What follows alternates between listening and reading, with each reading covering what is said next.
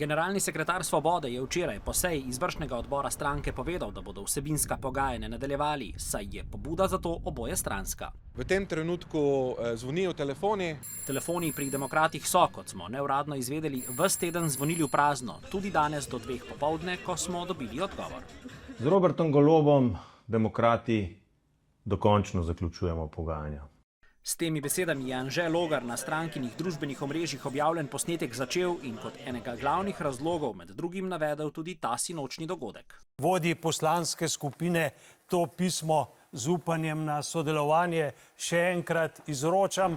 Neuradno naj bi v Svobodi menili, da Logar o poteku koalicijskih pogovorov svoje stranke ne obvešča o vsem, zato so se lotili tudi individualnega pristopa k poslancem in ostalim članom demokratov.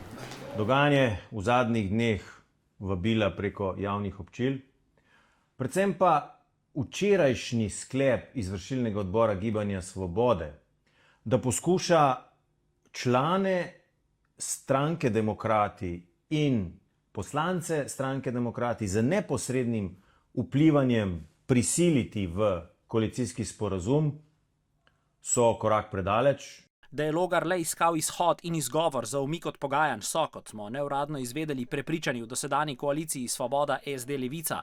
Svoje stališče o povezovanju preko polov pa da je mehčal že prejšnji teden. Demokrati smo stranka, ki je sestavljena iz različnih opcij, tudi naša poslanska skupina, mislim, da je precej raznobarvna. Če smo sami raznobarvni, bomo vsako vlado, ki bomo vstopili, raznobarvna.